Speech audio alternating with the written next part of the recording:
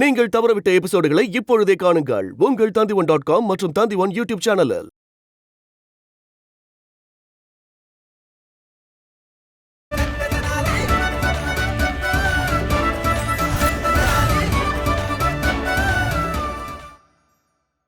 ஐயோ, நீ என்ன சொல்ற? எனக்கு ஒன்னும் புரிய மாட்டேங்குது. நான் எதையும் கேட்க விரும்பல.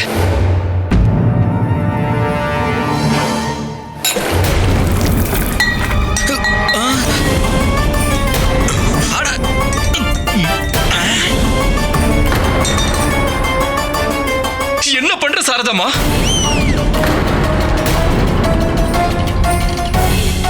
அம்மாவா?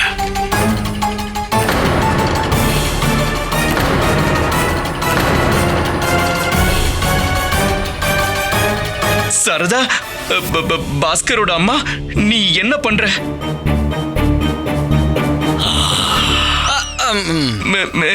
மன்னிக்கணும் மகாராணி அவர்களே. ஒன்னும் பிரச்சனை இல்ல.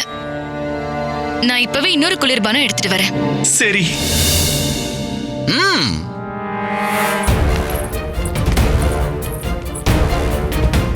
உனக்கு ஆயுசு கெட்டி பாஸ்கர். ஆனா பண்டிதர் ராமகிருஷ்ணன் மாதிரி புத்திசாலியா யாரும் இருக்க முடியாது. ஆனா நீ பாஸ்கர் தாங்கிறத நான் சுலபமா நிரூபிச்சு காட்டுறேன்.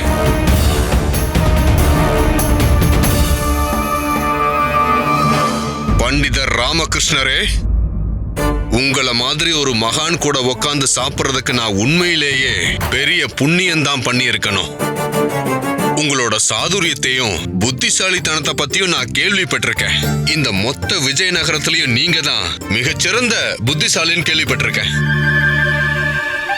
நீங்க ரொம்ப சரியா சொன்னீங்க மந்திரி அவர்களே. இது எல்லாமே உண்மைதான். புத்தி, திறமை மற்றும் சாதுரியத்துல பண்டிதர் ராமகிருஷ்ணருக்கு ஈடு இணை வேற யாரும் இல்ல. ஆனா இந்த மொத்த விஜயநகரத்திலையும் மிகச் சிறந்த புத்திசாலி யாருன்னா அது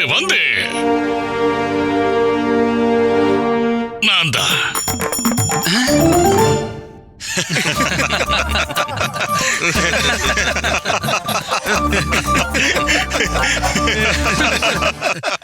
என்ன பல்ல காட்டிக்கிட்டேன் சிரிக்கிறீங்க? நான் என்ன நகைச்சுவையா பண்ணிக்கிட்டு இருக்கேன்? அப்படின்னா அதுக்கு என்ன அர்த்தம்? இன்னைக்கு இந்த சபையில ஒண்ணு இல்ல, இங்க 2 மகா ஞானிகள் இருக்காங்க. பண்டிதர் ராமகிருஷ்ணர் எப்படிப்பட்ட விடுகதைக்கும் எளிதில பதில் சொல்லிருவாரு. தத்தாச்சாரியாரே, இன்னைக்கு நீங்க பண்டிதர் ராமகிருஷ்ணர் கிட்ட ஏதாவது ஒரு விடுகதை கேட்க வேண்டியதுதானே?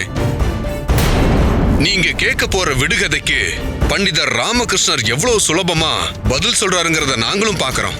அது மட்டும் இல்ல, இன்னொரு முக்கியமான முடிவையும் எடுத்தாகணும். உங்க 2 பேர்ல மிகச்சிறந்த புத்திசாலி யாருன்னு.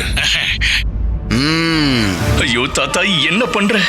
நான் பாஸ்கர், நான் பண்டிதர் ராமகிருஷ்ணர் இல்ல. நான் அவ்வளவு புத்திசாலி கிடையாது. நிச்சயமா நிச்சயமா நீங்க சொல்லி நான் அத கேட்காம இருப்பனா என்ன? நான் இப்பவே என்னோட கேள்வியை கேட்கிறேன். குருவே, நான் என்ன சொல்ல வரேன்னா, முன்னாள் குருவே, இதுக்கு முன்னாடியும் நீங்க என்கிட்ட பல தடவை நீங்க இப்படி தோத்து போயிருக்கீங்க. இப்ப திரும்பவும் ஏன் தோக்கணும்னு ஆசைப்படுறீங்க? அட விடுங்க விடுங்க, என்னங்க தோல்வி? நான் தோத்து போனதே கிடையாது. தோல்வி என் வரலாறுலயே இல்ல. ஏன்னா நான் எப்பவும் கேள்வி கேட்டுதான் பழக்கம். இங்க யாரு புத்திசாலிங்கிற கேள்வி வந்துருச்சுல, அதனால நான் கண்டிப்பா கேள்வி கேட்பேன். முதல் கேள்வி இதுதான். என்னோட கேள்விக்கான பதில நீங்க சொல்லுவீங்களா இல்ல மாட்டீங்களா? அட்ரஸக்க இப்படி மாட்டிக்கிட்டேனே. இன்னைக்கு தாத்தா என்ன கொல்லாம விட மாட்டாருன்னு நினைக்கிறேன். இப்ப எப்படி தப்பிக்கிறது? சொல்லுங்க. நீங்க எப்பவுமே கேள்வியை பார்த்தோ, விடுகதையை பார்த்தோ, இல்ல விவாதத்தை பார்த்தோ பயந்து ஒதுங்கிறது இல்லையே. அப்புறம் இன்னைக்கு என்னாச்சு பண்டிதர் ராமகிருஷ்ணா? இப்படி ஏன் வாய மூடி அமைதி ஆயிட்டீங்க?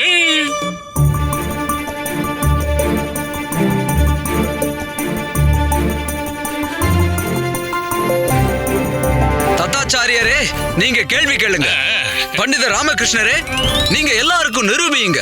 உங்களை விட புத்திசாலி யாரும் இல்லைன்னு காட்டுங்க. போங்க போங்க. வாங்க. சரி மகாராஜா. இந்த விஜயநகரத்தோடைய ராஜகுரு நாமலா இல்ல இந்த தத்தாச்சாரியாரா? வாங்க மகாராஜா. இந்தாங்க குடிங்க. நன்றி.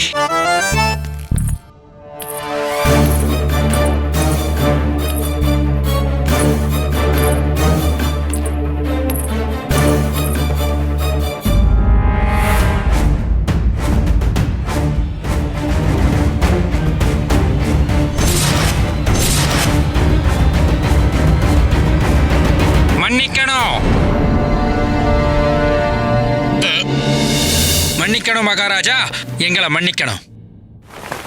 மகாராஜா, இந்த விஜயநகரத்துடைய ராஜகுரு நாங்க தான். தனி ஐயாவும் மணி ஐயாவும் தான். பண்டிதர் ராமகிருஷ்ணர் கிட்ட கேள்வி கேட்கிற உரிமை எங்களுக்கு தான் இருக்கு. இந்த முன்னாள் ராஜகுரு கேட்கலாம் கூடாது.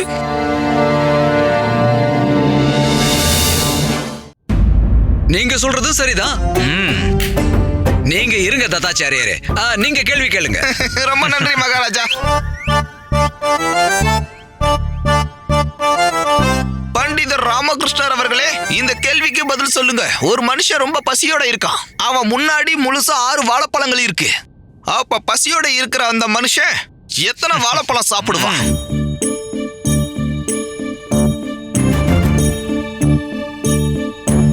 அப்பா, ஆசீர்வாதம் பண்ணுங்கப்பா. என்ன ஆச்சு பண்டிதர் ராமகிருஷ்ணரே, பலமா யோசிக்கிறீங்க போல. கேள்விக்கான பதில் தெரியல போல இருக்கு. சொல்லுங்க, பதில சொல்லுங்க. வெறும் ஒண்ணுதான். ஒண்ணா? ஒண்ணா? ஒண்ணா? பண்டிதர் ராமகிருஷ்ணரே, அந்த ஆள் பசியோட இருக்காரு. அவர் முன்னாடி 6 பழம் இருக்கு. அவர் ஏன் ஒரு பழத்தை மட்டும் சாப்பிடணும்? நான் பசியா இருந்தேன்னா நான் வாழைப்பழம் சாப்பிடணும்னா குறைந்தபட்சம் 8 முதல் 10 பழம் சாப்பிடுவேன். நீங்க ஒரு பழம். ஆமா மகாராஜா, உங்களுக்கு தெரியாததா? ஒரு வாழைப்பழத்தை சாப்பிட்டதுக்கு அப்புறமா அந்த ஆளோட வயிறு கொஞ்சம் நிரம்பிடும். இவங்க கேட்ட கேள்வி என்ன? வயிறு பசியோட இருக்கிறவரு எவ்வளவு சாப்பிடுவாரு? அவரு ஒரு வாழைப்பழம் சாப்பிட்டதுமே அவருடைய வயிறு வெறும் காலி வயிறா இருக்காது. அவரு மிச்ச வாழைப்பழத்தையும் கண்டிப்பா சாப்பிடுவாரு. ஆனா அப்போ அவருடைய வயிறு முழுசா காலியா இருக்காது. அதனால இவங்க கேள்விக்கான பதில், காலி வயத்துல ஒரு மனுஷனால ஒரே ஒரு வாழைப்பழத்தை தான் சாப்பிட முடியும்.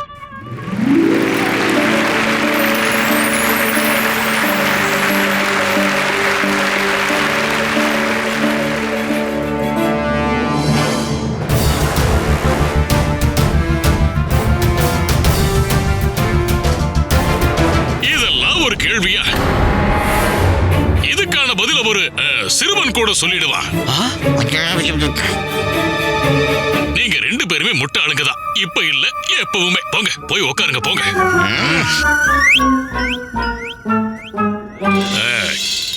கேள்வியை இப்ப நான் கேட்க போறேன் பண்டிதர் ராமகிருஷ்ணா. சொல்லுங்க, இந்த உலகத்திலேயே ரொம்ப ஆனந்தமான மனுஷன் யாரு? ரொம்ப ஆனந்தமான மனுஷனா?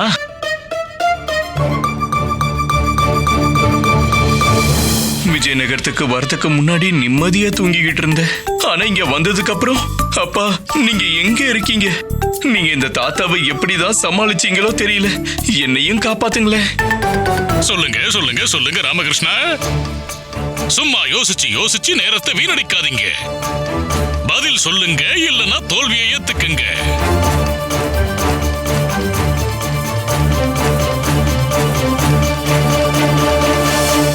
இந்த உலகத்திலேயே ரொம்ப ஆனந்தமான மனுஷன் யாரு தெரியுமா? நிம்மதியா தூங்குறவன் தான்.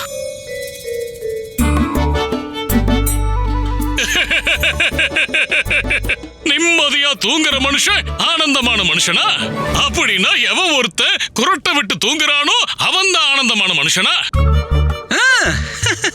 இது என்ன பதில்? ஆமா குருவே, எந்த மனுஷனால நிம்மதியா தூங்க முடியும் தெரியுமா?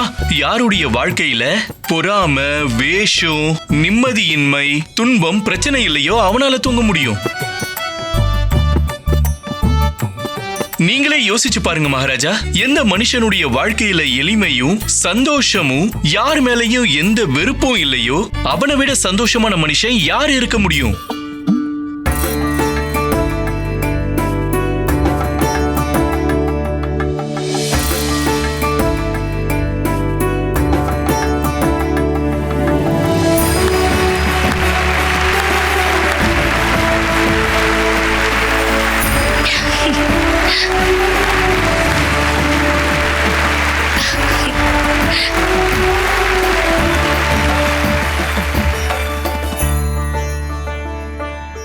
அற்புதம். அருமையான பதில சொல்லி இருக்கீங்க பண்டிதர் ராமகிருஷ்ணரே. இப்ப என்னையே எடுத்துக்கங்க. நான் மகாராஜா, ஆனா எனக்கு நிம்மதியா தூக்கம் வருதில்லையே. ஏன்னு தெரியுமா? ஏன்னா என்னுடைய சிந்தனையில கவலை இருக்குது. எப்படி நீதி வழங்குறதுன்னு சிந்திக்கிறேன். அப்படி எனக்கு கவலைகள் ராத்திரி முழுக்க தூங்கவே விட மாட்டேங்குது. இப்ப நான் தான் வந்துட்டேனே மகாராஜா. கொஞ்சம் கொஞ்சமா உங்களுடைய எல்லா பிரச்சனைகளையும் போக்கிடுறேன்.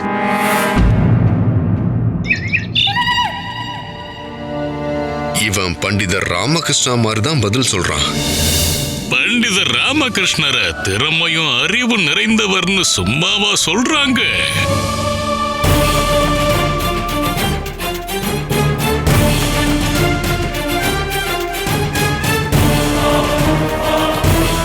சரி, அதை விடுங்க. நான் வேணும்னே தான் ரொம்ப ரொம்ப சுலபமான ஒரு கேள்வியை கேட்டேன்.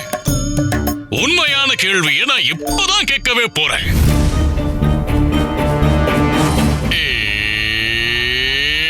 சொல்லுங்க, இது என்ன?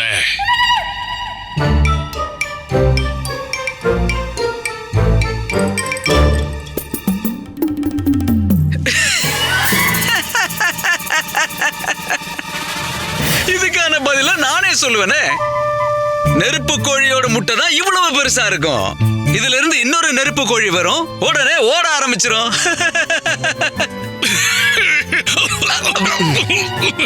மன்னிக்கணும் மகாராஜா, மன்னிக்கணும், மன்னிச்சிருங்க.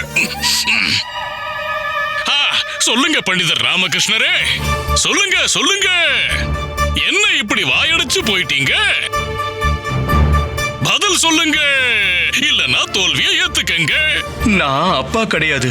ஆனா எல்லாரும் முன்னாடியும் தப்பான பதில சொல்லிட்டேன்னா அப்பாவை அவமானப்படுத்துற மாதிரி ஆயிடும். அப்புறம் கை காலாவுக்கும் சந்தேகம் வந்துடும். என்ன ஆச்சு பண்டிதர் ராமகிருஷ்ணா? இந்த மாதிரி கடினமான கேள்விக்கான பதிலை எல்லாம் சொடக்கு போறதுக்குள்ள சொல்லிடுவீங்களாமே. ஆமா பண்டிதரே, பதில் சொல்லுங்க, இது என்னது? அமைதியான மனசோட யோசிங்க. உங்க மனசை அமைதிப்படுத்த அந்த குளிர்பானத்தை குடிங்க.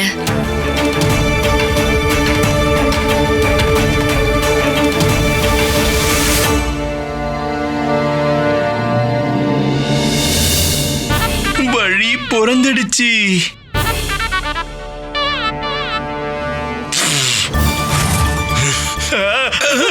என்னாச்சு பண்டிதர் ராமகிருஷ்ணரே, உங்களுக்கு ஒண்ணும் ஆகல? என்ன இது? என்ன திடீர்னு தும்ப ஆரம்பிச்சிட்டீங்க? உங்களுக்கு ஒண்ணும் இல்லைல்ல? மகாராஜா, எனக்கு தும்பிக்கிட்டே இருக்கணும் போலவே இருக்குது. இப்படி நான் தும்ப ஆரம்பிச்சிட்டேன்னா அவ்வளவுதான்.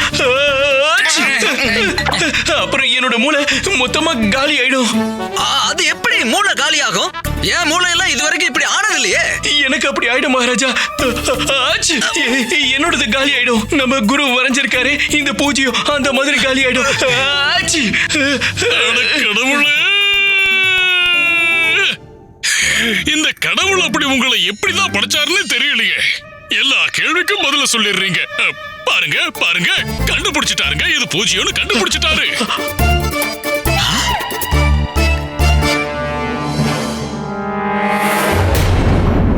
அட்ரஸ் அக்க பூஜ்யம்னு சொல்லி நான் பூஜ்யமாகாம தப்பிச்சிட்டேன். அட, இது பூஜ்யம் தானே?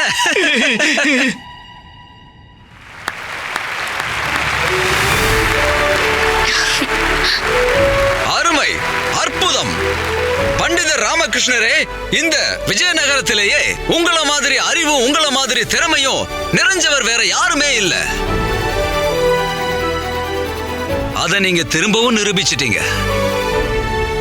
பண்டிதர் ராமகிருஷ்ணர், பண்டிதர் ராமகிருஷ்ணர். ஆனா மகாராஜா, உண்மையிலேயே நான் நம்ம குரு முன்னாடி வெறும் பூஜ்யம் தான். எப்பவும் பூஜ்யமாவே இருக்கணும்னு ஆசைப்படுறேன். குருவுக்கு சமமானவங்க யாரும் இல்ல மகாராஜா.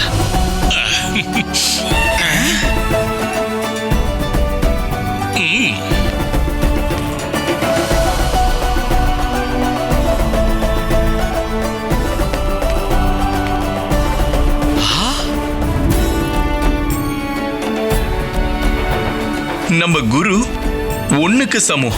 நான் குருவுக்கு முன்னாடி பூஜ்யம். ஆனா இந்த 1ம் 0ம் ஒண்ணு சேர்ந்துட்டா அது 10 மாறிடும்.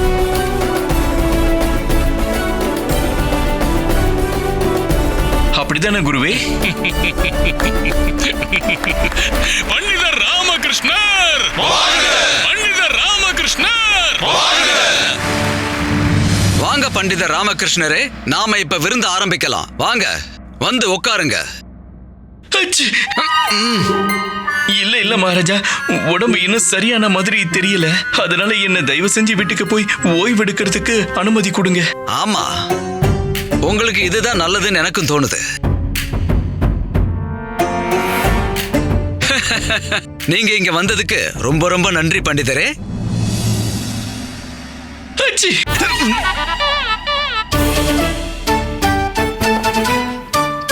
அச்சி. வணக்கம் பண்டிதர் ராமகிருஷ்ணர், பண்டிதர் ராமகிருஷ்ணர், பண்டிதர் ராமகிருஷ்ணர், பண்டிதர் ராமகிருஷ்ணர், பண்டிதர் ராமகிருஷ்ணர். அந்த ஈஸ்வரனோட அருளால இன்னைக்கு பொழைச்சிட்டேன். ஆனா இது எத்தனை நாளைக்கு?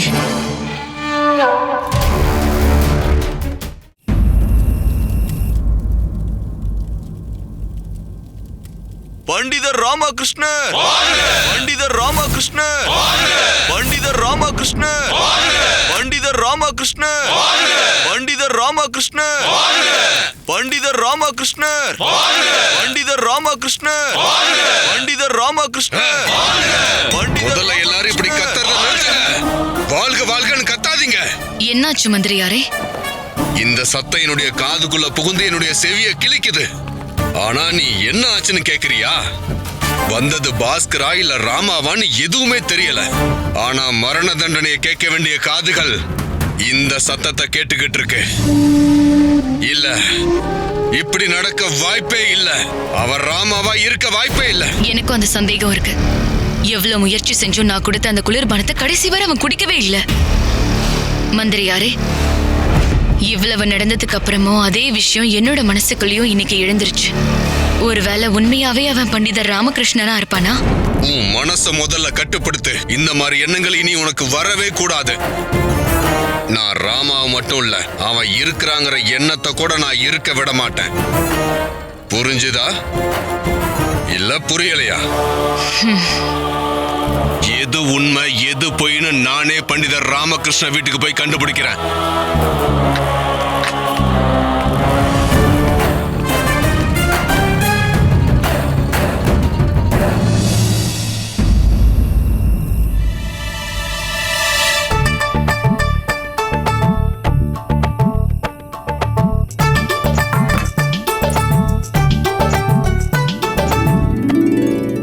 எனக்கு ஒண்ணுமே புரியல சாரதாமா. ஆனா உங்க மகிழ்ச்சியை பார்த்து எனக்கு ஒண்ணு மட்டும் புரியுது. நான் செஞ்ச வேலையால நீங்க ரொம்ப சந்தோஷமா இருக்கீங்க இல்ல?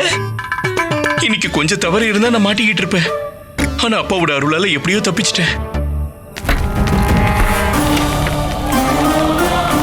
சரி பாருங்க, நீங்க எதை நினைச்சும் கவலைப்படாதீங்க. சீக்கிரமாவே அப்பா இங்க நம்ம கூட வாழற நாள் நிச்சயம் வரும். அவர் இருக்கிற இடத்தை நான் கண்டுபிடிச்சிருவேன். எனக்கு அதுக்கு உங்க ஆசீர்வாதம் தான் வேணும்.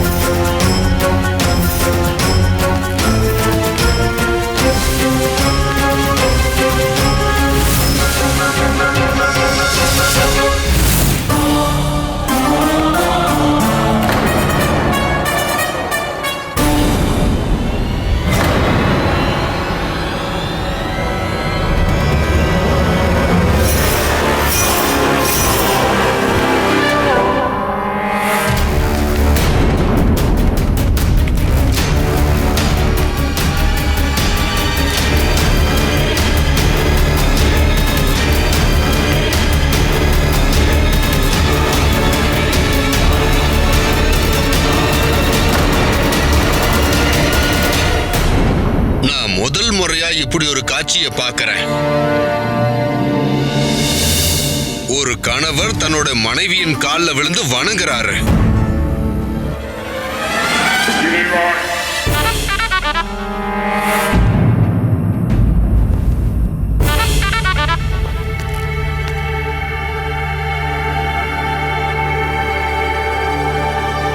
சாஷ்டாங்கமா விழுந்து வணங்கல மகாமந்திரி. இது தண்டனை. சாரதா நான் இல்லாம 20 வருஷம் கஷ்டப்பட்டிருக்கிறா. எவ்வளவோ துன்பங்களை அவ தனியா நின்னு சமாளிச்சிருக்கா. அதுக்கு தெரிஞ்சோ தெரியாமலோ நான் தான் காரணம்னு நான் நினைக்கிறேன்.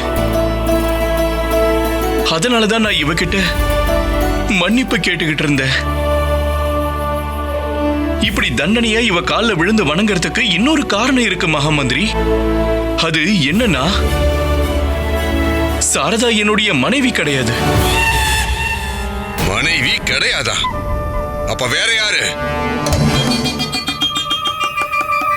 குரு.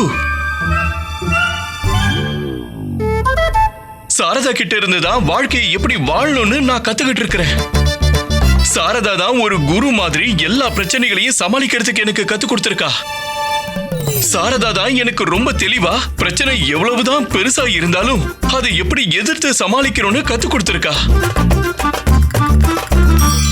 உண்மையான தியாகம்னா என்னன்னு சாரதா கிட்டதான் நான் கத்துக்கிட்டேன். இந்த காரணத்தினாலதான் சாரதா என்னுடைய மனைவி இல்ல, குருவும் கூடன்னு சொன்னேன். அப்படிப்பட்ட குரு கால்ல திரும்ப திரும்ப விழுந்து வணங்கணும் மகாமந்திரி. குருவே,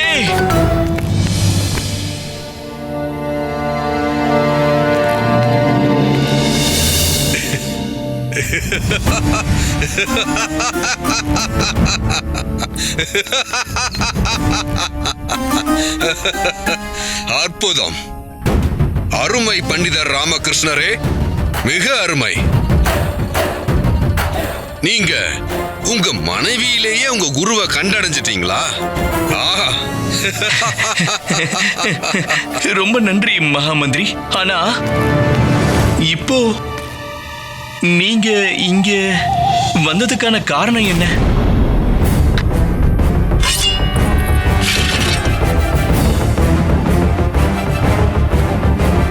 உங்களை உபசரிக்கத்தான் வந்தேன்.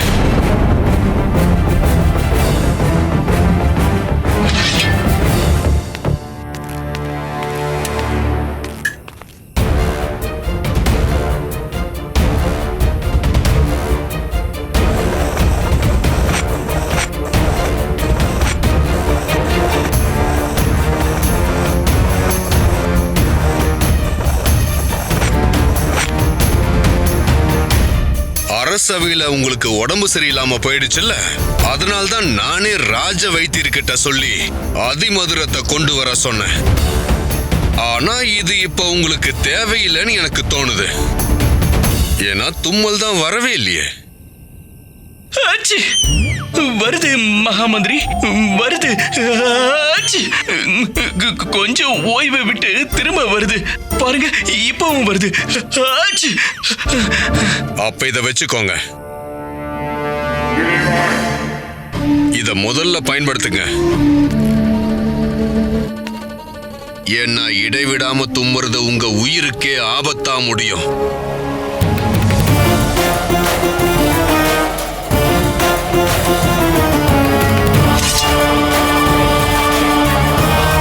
நான் கிளம்புறேன்.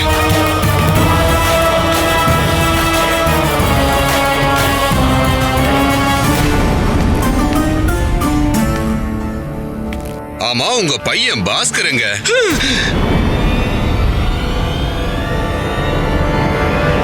பாஸ்கரா?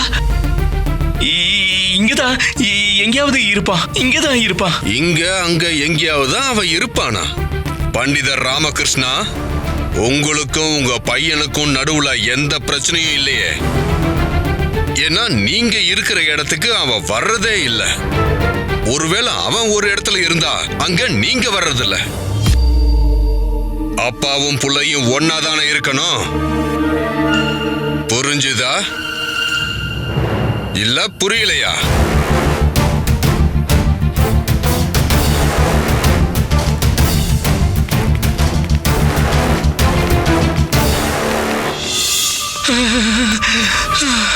இந்த ஆளுக்கு சந்தேகம் வந்துருச்சு.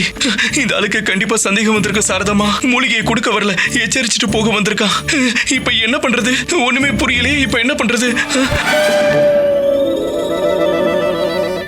உங்க அப்பாவை மாதிரி ரொம்ப பொறுமையா வேலை செய். உங்க அப்பா மாதிரி வேஷம் போட்டா மட்டும் பத்தாது, அவரை மாதிரியே சிந்திக்கவும் செயல்படவும் தெரிஞ்சிருக்கணும். நீங்க என்ன சொல்றீங்கன்னு எனக்கு ஒண்ணுமே புரியலையே.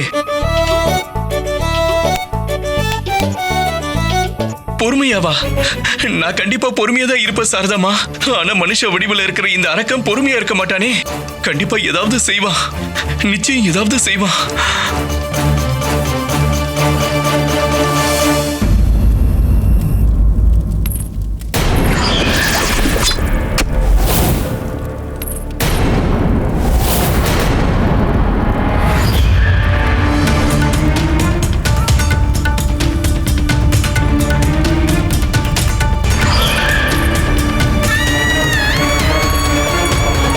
என்னாச்சு மந்திரியாரே? எதுக்காக என்ன இந்த நேரத்துல அவசரமா வர சொன்னீங்க? இந்த உடைய மாத்திரத்துக்கு கூட எனக்கு நேரம் கிடைக்கல. சந்தேகம் தெளிவாயிடுச்சு, ரகசியம் தெரிஞ்சிருச்சு. பாஸ்கர் தான் பண்டிதர் ராமகிருஷ்ணன். பாஸ்கர் தான் பண்டிதர் ராமாவா வேஷம் போட்டு வந்திருக்கான்னா, பண்டிதர் ராமகிருஷ்ணன் நிச்சயமா உயிரோட தான் இருக்காங்கிற விஷயமும், சிறையில இருந்து தப்பிச்சிட்டாங்கிற விஷயமும் தெரிஞ்சிருக்கும். இது எல்லாமே அவனுக்கு எப்படி தெரிய வந்தது? நமக்குள்ள யாரோ இருக்காங்க, நம்ம தகவல்களை அவனுக்கு தெரிவிக்கிறாங்க. மந்திரியாரே, உங்களுக்கு என் மேல சந்தேகமா என்ன? அப்படி வந்திருந்தா இந்நேரம் நீ உயிரோடு இருந்திருக்க மாட்ட. என்னோட பொறுமையை இதுக்கு மேலேயும் சோதிக்காத. பண்டிதர் ராமகிருஷ்ணனை இன்னும் ஏன் கண்டுபிடிக்கல? நம்ம வீரர்கள் ராத்திரி பகல தேடிட்டு இருக்காங்க. ஆனா ஒரு விஷயம் மட்டும் உண்மை, பண்டிதர் ராமகிருஷ்ணர் உயிரோட இருந்திருந்தா இந்நேரம் அவர் விஜயநகரத்துக்கு வந்திருக்கணும். ஆனா அவர் வரவே இல்லை. இதுக்கு அர்த்தம் ஒன்னே ஒண்ணு மட்டும்தான் மந்திரியாரே, பண்டிதர் ராமகிருஷ்ணன் இப்போதைக்கு உயிரோட இல்ல. ஆனா பாஸ்கர் உயிரோட இருக்கிறான். பண்டிதர் ராமகிருஷ்ணனா மாறி பாஸ்கர் நம்மளோட மட்டும் விளையாடல, அவனோட உயிரோடவும் விளையாடுறான். அவனை நான் பலி கொடுக்கிறேன்.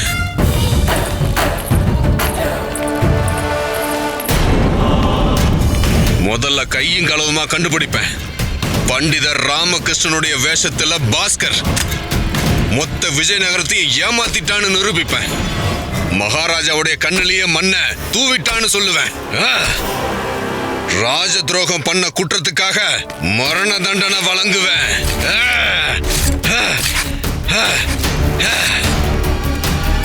அப்ப மொத்த மக்களும் நமக்கு சாதகமா இருப்பாங்க.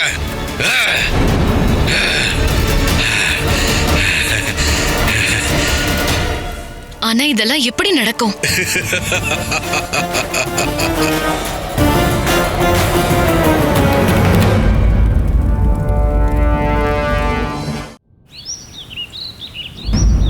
மகாராஜா பாலகுமார், மகாராணி சுலக்ஷணா தேவி, மகாராஜா பாலகுமார், மகாராணி சுலக்ஷணா தேவி, மகாராஜா பாலகுமார்.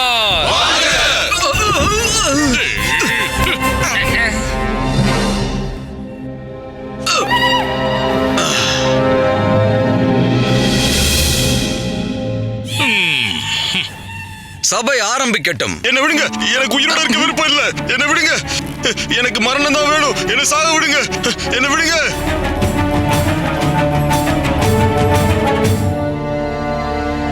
மகாராஜா வாழ்க. மகாராஜா, இந்த நபர் தற்கொலை செய்ய முயற்சி பண்ணிக்கிட்டு இருந்தார். எனக்கு ஒண்ணு புரியல மணி அவர்களே, இந்த முடி இல்லாதவன் எதுக்காக சாக நினைச்சிருப்பான்? முடி இல்லாதவனா? இவரை முடி இல்லாதவர்னு சொன்னது யாரு? எச்சரிக்கை! யாராவது இந்த முடி இல்லாதவரை பார்த்து முடி இல்லாதவர்னு சொன்னா உங்களுக்கு கடுமையான தண்டனையை நான் கொடுத்துருவேன். உன்னதான். சொல்லுங்க அழகிய ஆண்மகனை, உங்க பேர் என்ன? மகாராஜா, என் பேர் மனோகர். என்ன மனோகரமான பெயர், மனோகர். ஆனா நீங்க இவரை முடியில்லாதவர்னு சொல்றீங்களா? உன்னதான் சொல்றாரு.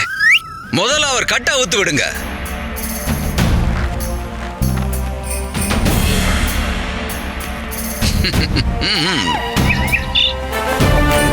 சொல்லுங்க மனோகர், நீங்க எதுக்காக தற்கொலை பண்ண நினைச்சீங்க? என்னோட மனைவிக்கு என் முடியில்லாத தலைய பார்த்தா பிடிக்கல மகாராஜா. அதனால எனக்கு முடி இல்லைங்கிற விஷயத்த ரகசியமா மறைச்சு வச்சிருந்தேன். அவ முன்னாடி நான் எப்பவும் போலி முடியோட தான் சுத்திக்கிட்டு இருந்தேன். ஆனா மகாராஜா, ஒரு திருடன் என்னோட போலி முடிய திருடிட்டான். அதனால இந்த விஷயம் இப்ப என் மனைவிக்கு தெரிஞ்சு போச்சு மகாராஜா. என்ன வீட்டை விட்டு துரத்திட்டா மகாராஜா.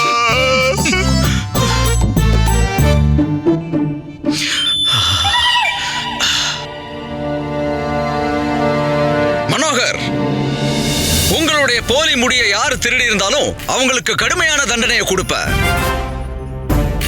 ஆனா அந்த திருடன் யாருன்னு எப்படி கண்டுபிடிக்கிறது? சாட்சி இருக்கு மகாராஜா. இதோ இதோ இத பாருங்க மகாராஜா. நான் என்னோட போலி முடியை எங்க வச்சிருப்பனோ அங்க இருந்து இது கிடைச்சது மகாராஜா.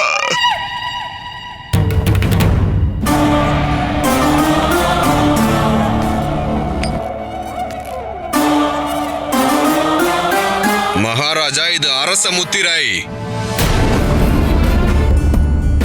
அப்படின்னா திருடனுக்கும் அரசவைக்கும் ஏதோ சம்பந்தம் இருக்கு. அவனும் கண்டிப்பா முடியில்லாதவனா தான் இருக்கணும். அதனாலதான் அடுத்தவங்களோட போலி முடிய திருடி இருக்கிறான். நீங்க என்ன சொல்ல வரீங்க மந்திரியாரே? எப்ப அரசவையில இருக்கிற ஒருத்தர் மேலேயே சந்தேகம்னு ஒண்ணு வந்ததுக்கு அப்புறம் நாம இங்க இருக்கிற எல்லாரோட முடியையும் பரிசோதிச்சாகணும். அப்பதான் இங்க இருக்கிறதுல போலி முடி வச்சிருக்கிறது யாருன்னு கண்டுபிடிக்க முடியும். போலி முடி நானும் தான் வச்சிருக்கிறேன். இந்த மந்திரியார் ஏன் இப்படி பேசுறாரு? மகாராஜா, அரசவையில முக்கியமான வேலைகள் எவ்வளவோ இருக்கு. நம்ம முதல்ல அந்த முக்கியமான வேலைகளை. உன்னோட அறிவுரை எங்க யாரு கேட்டது பாஸ்கர்? புரிஞ்சுதா இல்ல புரியலையா? மகாராஜா, இங்க இருக்கிற எல்லாருடைய தலைமுடியையும் பரிசோதிச்சாகணும். அப்பதான் உண்மையை கண்டுபிடிக்க முடியும். அருமையான யோசனை மந்திரியாரே. அனைவரையும் பரிசோதனை பண்ணுங்க. எனக்கு ஒரு முக்கியமான வேலை இருக்குது. நான் இங்க இருந்து உடனே கிளம்புறேன். மகாராஜா, எல்லாருடைய தலைமுடியையும் பரிசோதிக்கும் போது நீங்க கண்டிப்பா இங்க இருந்தே ஆகணும். புரிஞ்சுதா இல்ல புரியலையா?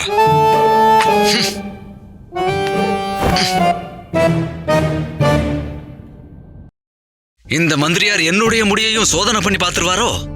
அப்புறம் என்னால யாருடைய முகத்திலையும் முழிக்க முடியாம போயிருமே. பாஸ்கர், இங்க இருக்கிற எல்லாருடைய தலைமுடியையும் பரிசோதிச்சாகணும். ஒருத்தரை கூட விடக்கூடாது. இதோட முழு பொறுப்பும் உன்னோடது. நானா மகாமந்திரி? ஆமா, நீயேதான்.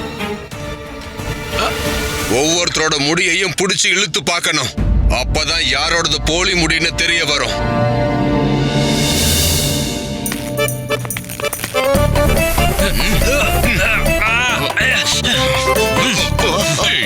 போதும் போதும் போதும் போதும், உட்காருங்க.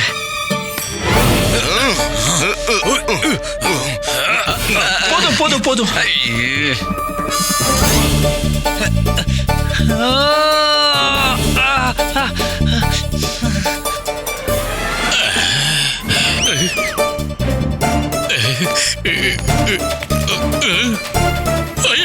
தத்தாச்சாரியர் ஐயா, உங்க முடியையும் உண்மைன்னு நிரூபிச்சாகணுமே. ஆமா ஆமா பாஸ்கர், நீங்க சொல்றது சரிதான். முன்னாள் ராஜகுருவோட முடி இருக்குல்ல, அது இந்த மனோகர் ஐயாவோட திருடு போன போலி முடியா இருக்கிறதுக்கு வாய்ப்பு இருக்குல்ல. அதனால கண்டிப்பா அவரோட முடிய புடிச்சு இழுத்தே ஆகணும். ஆமா.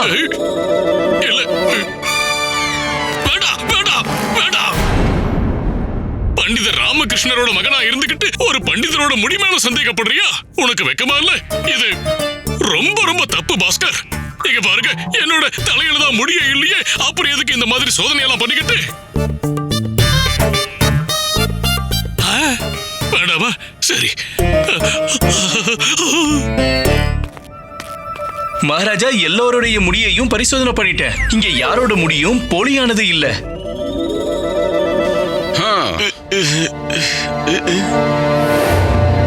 இது இது இது இது இது பொய் மகாராஜா. இப்பவும் இந்த அரசவையில ஒருத்தர் மிச்சம் இருக்காரு. அவரோட முடிய இன்னும் பரிசோதனை பண்ணல மகாராஜா.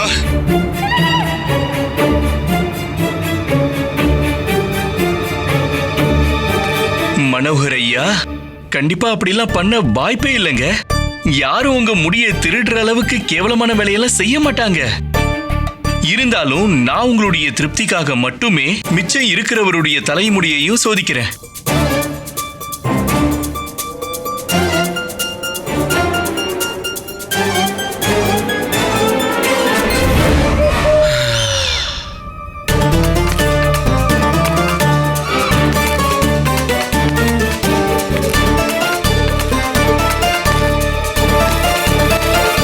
என்ன மன்னிக்கணும் மகாமந்திரி. ஆனா நம்ம விஜயநகர அரசோட நீதித்துறை மேல இவருடைய நம்பிக்கை பொய்த்து போகாம இருக்க இதை தவிர எனக்கு வேற வழியே இல்லை.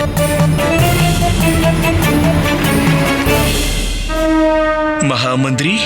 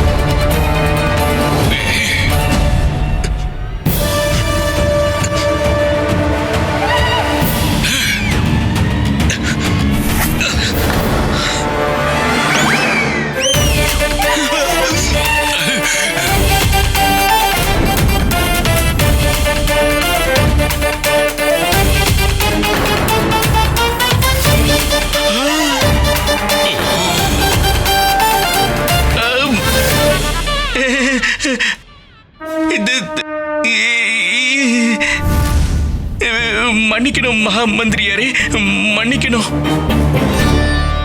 உங்களுடைய கட்டளையை நிறைவேற்றுறதுக்காக தான் இப்படி செய்ய வேண்டியதாயிடுச்சு. என்ன மன்னிச்சிடுங்க.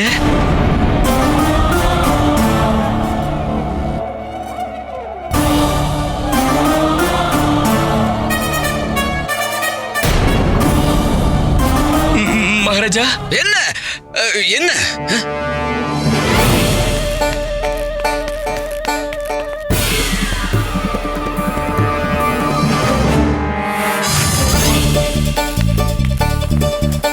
மகாராஜா, அரசவையில் இருக்கிற எல்லார் முடியையும் பரிசோதிச்சிட்டேன். ஆனா இங்க அப்படி யாருமே இல்ல.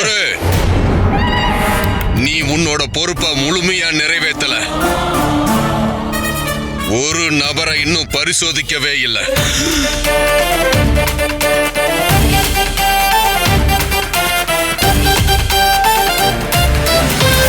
மந்திரியாரே, அதெல்லாம் வேண்டாம், விடுங்க.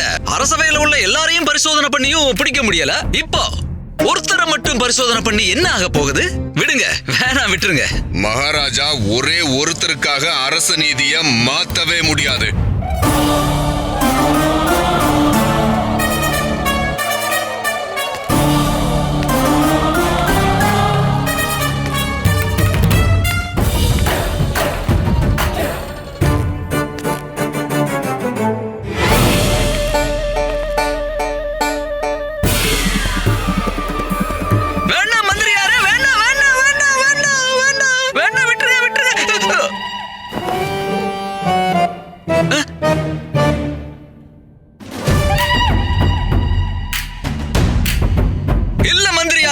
நீங்க சொல்றதுதான் சரி.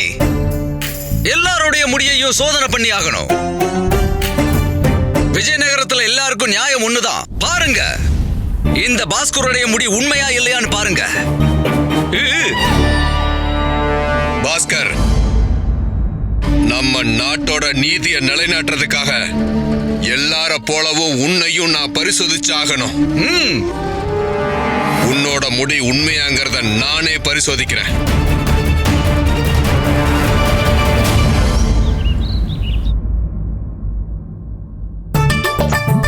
பாஸ்கர் என்கிட்ட ராமாவோட விஷயத்த பத்தி சொன்னதுக்கு அப்புறம் என்னோட வயிறே வெடிக்கிற மாதிரி இருக்கு. என்னால இத பத்தி யாருக்கிட்டயுமே சொல்லவே முடியாது. அட ஆமா, வயித்து வலிக்கு அம்மா ஒரு மருந்து கொடுப்பாங்களே, அந்த மூலிகை எங்க இருக்குன்னு பார்க்கலாம்.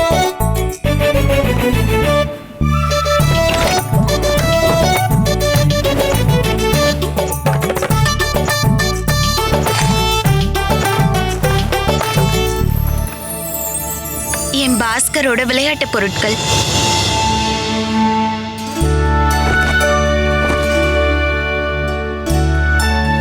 பண்டிதர் ராமகிருஷ்ண ஐயா, பண்டிதர் ராமகிருஷ்ண ஐயா.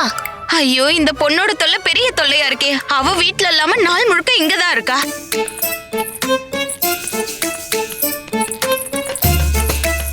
பண்டிதர் ராமகிருஷ்ண ஐயாக்கு உடம்பு சரியில்லைல்ல, அதான் இங்க பாருங்க, நான் அப்பா கிட்ட இருந்து மருந்து வாங்கிட்டு வந்திருக்கேன். நான் இப்பவே இதை அவர்கிட்ட கொடுத்துட்டு வரேன்.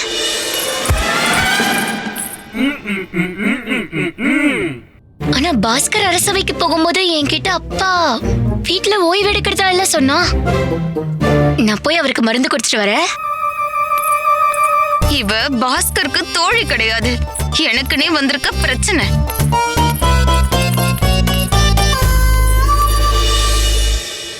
சின்ன குழந்தைகளோட விளையாட்டு பொருட்களா?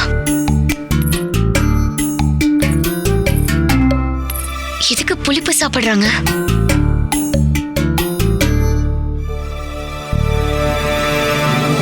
வயித்துல வர கைய வச்சிருக்காங்களே. ஐயோ கடவுளே, ஒருவேளை நான் நினைக்கிறதுதான் உண்மையா? பாஸ்கருக்கு சகோதரன் வரப்போறானா?